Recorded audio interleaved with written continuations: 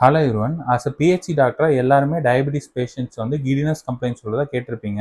அது ஏன்னு தான் இந்த வீடியோவில் பார்க்க போகிறோம். ஃபர்ஸ்ட் அவங்க எடுத்துக்கிற மெடிகேஷன்ஸை பாருங்க. கண்டிப்பாக அவங்க சல்ஃபோனைலூரியாஸ் எடுக்கிறவங்களா இருப்பாங்க.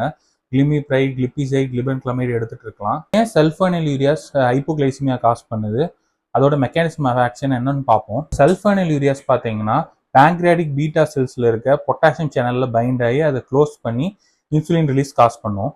ரெண்டு இம்பார்ட்டன்ட் ரீசன்ஸ் இருக்குது. ஃபஸ்ட்டு பார்த்தீங்கன்னா இந்த மெக்கானிசம் வந்து பாடி குளுக்கோஸ் லெவலில் இண்டிபெண்ட்டாக இருக்கும். அதுக்கப்புறம் பெரிஃபரல் டிஷ்யூஸோட குளுக்கோஸ் சென்சிட்டிவிட்டியுமே இன்க்ரீஸ் பண்ணும்.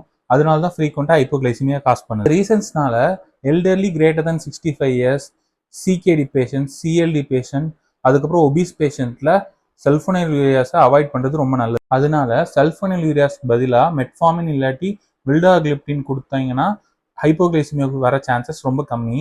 இந்த இன்ஃபர்மேஷன் உங்களுக்கு யூஸ்ஃபுல்லாக இருந்தால் உங்கள் ஃப்ரெண்ட்ஸுக்கு ஷேர் பண்ணுங்கள். என்ன ஒரு ஃபாலோ பண்ணிக்கோங்க. Thank you all.